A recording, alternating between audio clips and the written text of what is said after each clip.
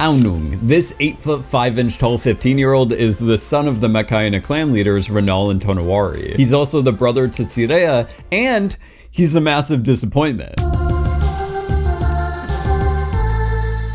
We knew from like day one that Aonung was going to be trouble. When the Sullys first arrived at the Metkayina village, he made his way onto the scene. And Lo'eyktan and Neteyam were very polite, as they did the gesture for Omaticaya. I'm aware of how much of a dork I am, but this is like the most respectful gesture that you can make to a fellow Na'vi. And Aonung just decided to completely ignore it, and then proceeds to make fun of their tails for being too small and not paddle-like. Supposed to be a tail?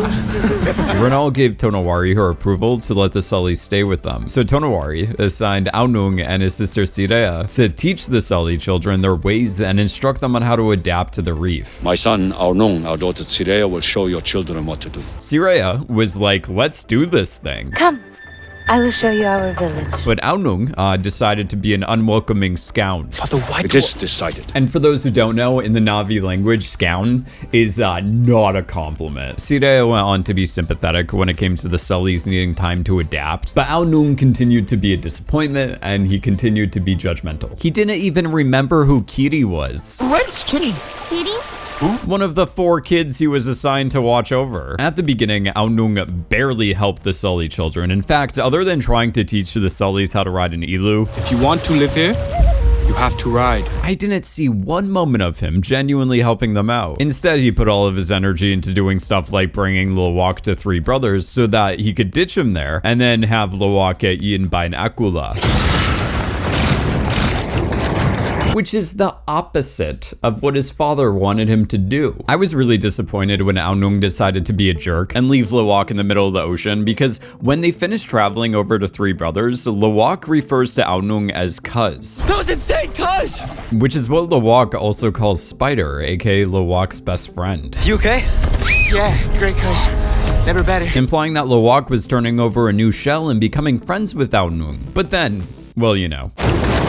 Aonung rocks this reef bird talon wrapped in fish scale leather, the same one that hits him in the face after Lo'eyktan punches him, really putting the Ao in Aonung. The reef bird talon is a huge contrast to the necklace that his father's wearing, as Tonowari is rocking this necklace with the tooth of an akula, a much deadlier predator. The contrast is there to further represent how Aonung is young and naive, and has a long way to go in terms of growing up and taking on responsibility. Aonung's lack of maturity and unwillingness to do simple things like helping out the Sullys explains why Tsireya is on her way to become the next Tsahìk, while Aonung is on his way to become a further disappointment. But seriously, Aonung is not on his way to replace his father as the next Olo'eyktan. Maybe it's because Tonowari has very high standards for the next clan leader, and if that's the case, that must be really rough on Aonung. It would definitely explain why he has to put down every other Na'vi around him like the Sullys, feeling like he has some sense of power and control by making everyone else miserable. But he definitely doesn't know how to be a tough guy, as he's only willing to be mean when his sister is not paying attention or when warriors like Neteyam have their backs turned to him. Look, I know I often refer to Aonung as a professional disappointment, which he is,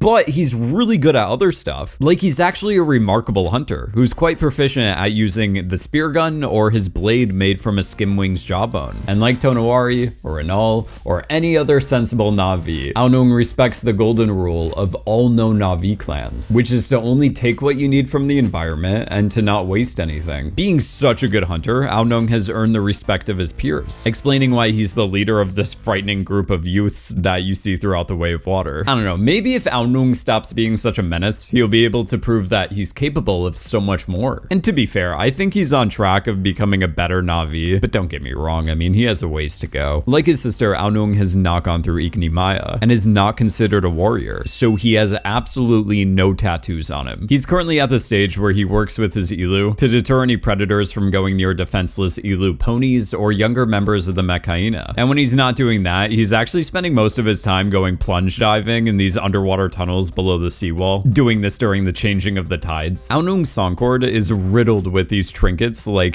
teeth from his ilu when it was a pony. And these black bead looking things over here are apparently from underneath Tonowari's canoe. To me, these trinkets are indicative of how much Aonung looks up to his father and how much he wants to be like his father, especially with the teeth from the ilu pony. Tonowari incorporated the teeth of akulas into his wardrobe, and what's happening here is that Aonung is trying to emulate that look in the best way he possibly can. It's safe to say that Aonung and Tonowari have a similar dynamic as Lo'eyktan and Jake. So after the three brothers incident, when Lo'eyktan took the blame for everything, Aonung got in less trouble, and Lo'eyktan and Aonung were pretty okay after that point. I think it was at that moment that they both understood they were disappointments left in the shadows of their more capable siblings. So they found this mutual understanding, and Aonung suddenly got better. He grew to the point where he was willing to help out Neteyam pursue Lo'eyktan when Lo'eyktan was putting himself in danger by trying to warn Payakan about the Sky People. Aonung did help save Payakan, so I don't know, I guess he's okay in my books. Plus, after watching Kiri connect her Q into a daisy anemone to control other massive aquatic plants in order to slam a setup sub into a rock wall and then have the daisy anemone eat the two operators, Aonung is confirmed to never mess with Kiri again.